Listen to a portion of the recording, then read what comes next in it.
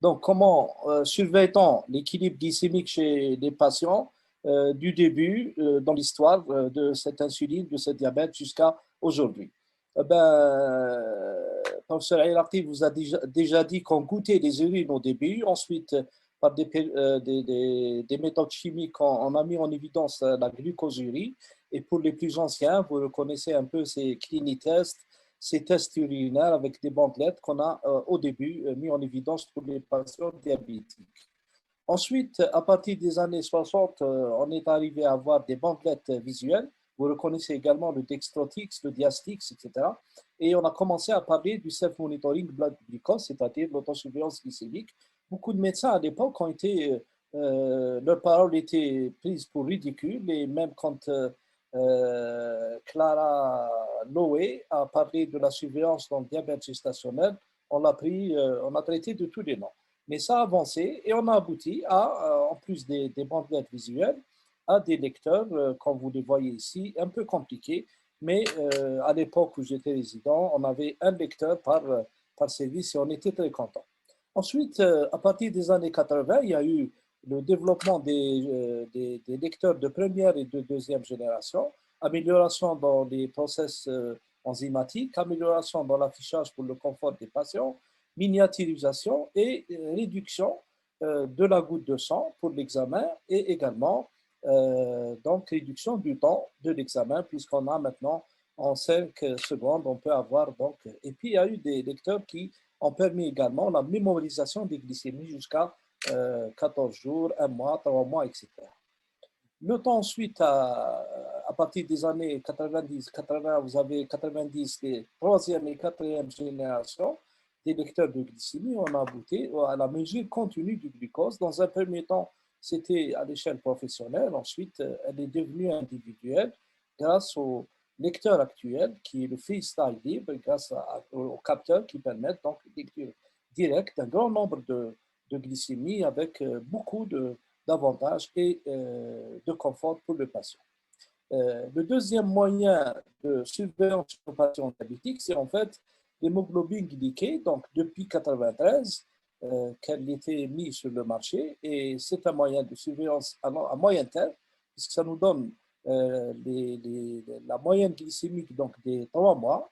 Elle a été corrélée aux complications du diabète, surtout la microangiopathie diabétique et un peu la macroangiopathie diabétique, grâce aux études DCCT et DIC sur le diabétique de type 1, du KPDS dans le diabète de type 2, et puis l'impact de la pratique et l'intensification de l'autosurveillance glycémique en nombre a eu un impact positif sur la réduction de l'hémoglobine glyquée.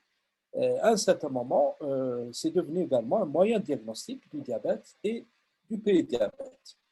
Et comme les lecteurs de glycémie, on a assisté à de grosses machines, l'HPLC, la méthode de référence du dosage de l'hémoglobine glyquée. Ensuite, au fur et à mesure, grâce à des bandelettes, grâce à des substances spéciales, on a abouti à la miniaturisation. Et actuellement, on a de petits lecteurs qui peuvent être utilisés dans les consultations privées, publiques, et pour permettre aux patients de ne pas se déplacer et d'avoir rapidement des résultats de l'hémoglobine glyquée.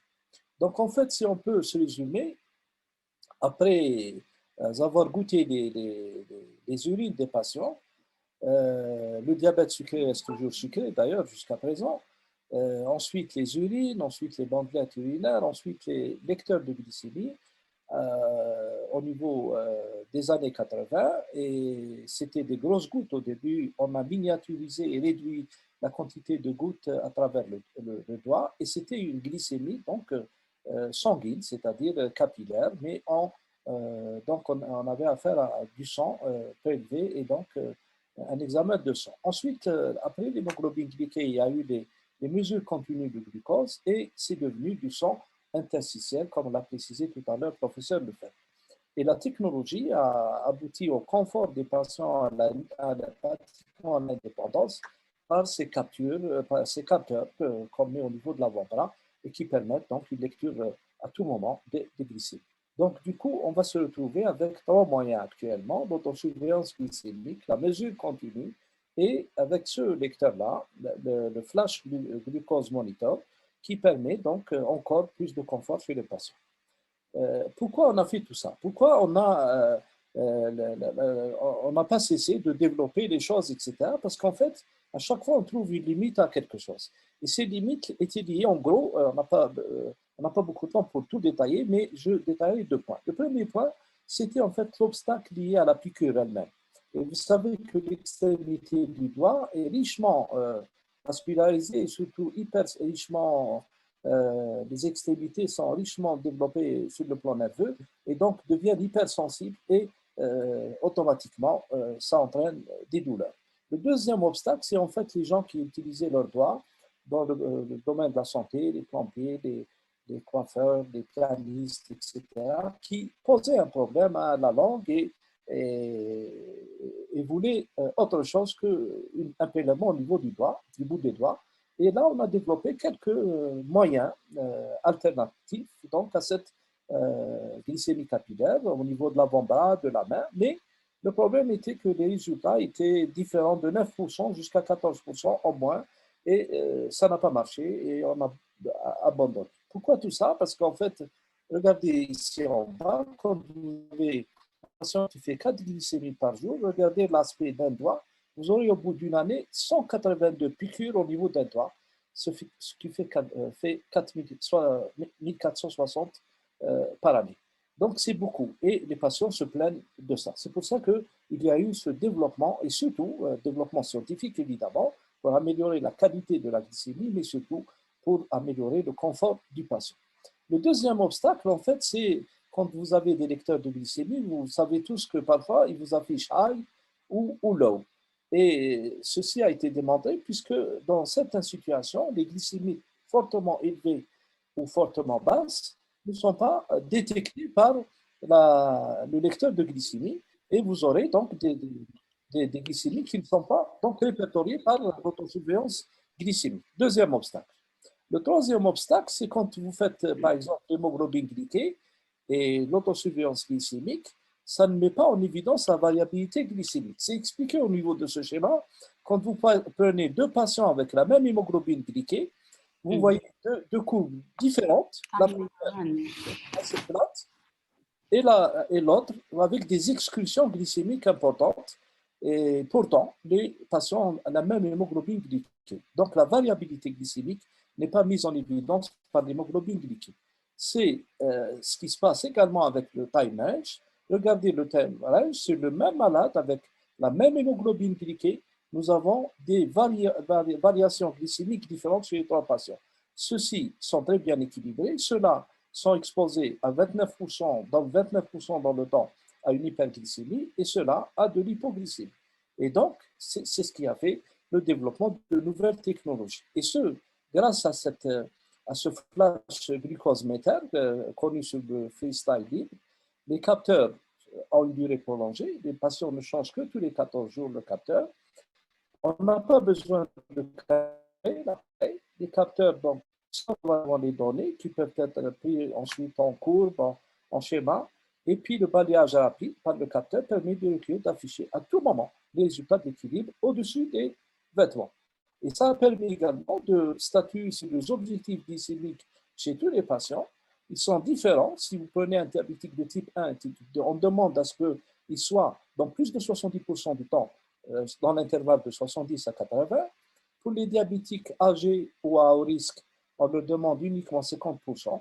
Et pour les grossesses de type 1, plus de 70%.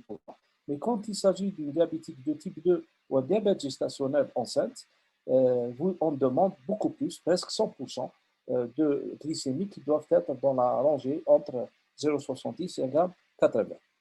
Ça permet également de voir à partir du timing age la possibilité d'avoir l'équivalent en hémoglobine glyquée. Si vous avez 20%, vous avez 9,4% d'hémoglobine glyquée. Si vous avez 70%, vous êtes autour de 7. Et si vous avez 90%, vous êtes autour de 6. Donc, plus le coefficient de variabilité augmente et plus le temps d'équilibre chez les patients. Et ce qui est très intéressant, c'est qu'on va recevoir pour nos patients ce profil glycémique ambulatoire qu'on appelle l'AGP et qui va vous donner exactement l'intervalle entre 0,70 et 1,80, ce qu'on veut chez les patients, l'intervalle au-dessous de 0,70, au-dessous de 0,54 en hypoglycémie et au-dessous de 1,80 g, situation d'hyperglycémie.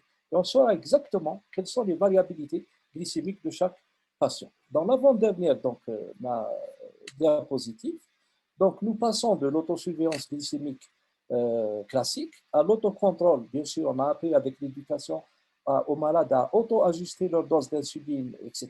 Et maintenant, on est passé à examiner la variabilité glycémique et voir en temps réel toutes les glycémies, étudier l'impact sur les moyens de surveillance, sur l'équilibre glycémique du patient et son bien-être.